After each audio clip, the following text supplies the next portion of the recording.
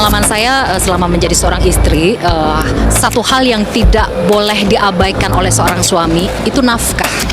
Ya, nafkah itu ada dua, nafkah lahir dan nafkah batin. Saya juga bukan istri yang sempurna.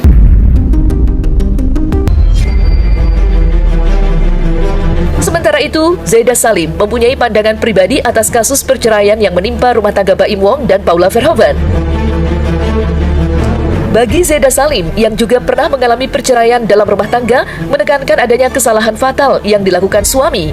Sebagai perempuan, Zaidah Salim tidak sepakat jika segala kesalahan seluruhnya ditumpahkan pada pihak perempuan saja. Dan berikut pandangan pribadi Zaidah Salim dan Ustadz Fatullah atas kasus perceraian Baim Wong dan Paula Verhoeven yang sedang ramai. Lantaran Hakim Pengadilan Agama Jakarta Selatan menyebut Paula sebagai istri yang durhaka. Kalau berdasarkan pandangan saya pribadi sebagai seorang wanita yang juga pernah menjadi seorang istri, rumah tangga itu kan pemimpinnya adalah suami. Jadi kalau sampai ada rumah tangga yang bercerai, sebenarnya yang harus disalahkan ya suami. Karena kan di mana-mana pemimpin yang bertanggung jawab gitu. Kalau misal ada kesalahan pada istri, tidak patuh atau apalah, berarti ada pertanyaan besar bagaimana cara suami dalam mendidik dia. Jika ada seorang istri yang mungkin suka berontak atau mungkin suka marah, yang harus dievaluasi pertama adalah suami. Apakah dia tidak memenuhi haknya? Apakah dia tidak memenuhi hak istri? Kenapa si istri bisa sampai seperti itu? Jangan sampai kita menyalahkan 100% pada si istri.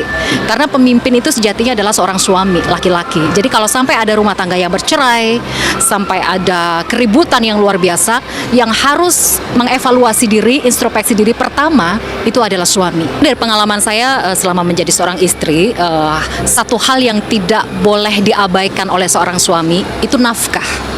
Ya, nafkah itu ada dua, nafkah lahir dan nafkah batin. Ya, kalau nafkah lahir, misal seorang suami tidak bisa memenuhi, seorang istri dihalalkan untuk bekerja di luar. Ya kan, seorang istri diperbolehkan mencari nafkah untuk mencukupi kebutuhan makanannya, pakaiannya, dan lain-lain. Tapi ada satu nafkah yang paling penting dalam rumah tangga, itu adalah nafkah batin, di mana seorang istri hanya bisa mendapatkan nafkah batin itu dari si suami, tidak bisa dari laki-laki lain, jatuhnya malah dosa, maksiat, zina, dan sebagainya. Jadi seorang suami jangan sampai menyepelekan nafkah batin seorang istri.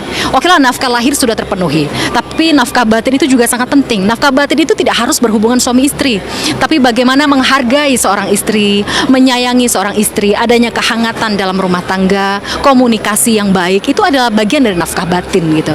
Jadi jika ada seorang suami misalnya, saya sudah nafkahin dia kok puluhan juta, ratusan juta per bulan, atau saya sudah mencukupi semuanya, kenapa seorang istri mungkin merasa menderita dalam pernikahan itu, sering menangis dan sebagainya? Kita patut mempertanyakan bagaimana dengan nafkah batinnya. Apakah nafkah batin dari suami ini sudah layak atau tidak gitu.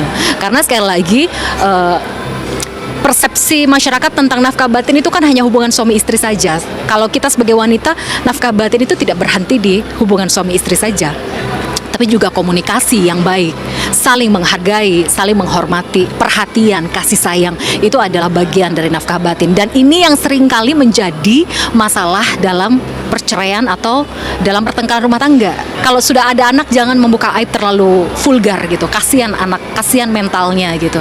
Apalagi kalau sampai ada perselingkuhan yang dibuka dengan terang-terangan, ada anak di situ yang masih kecil, itu kasihan.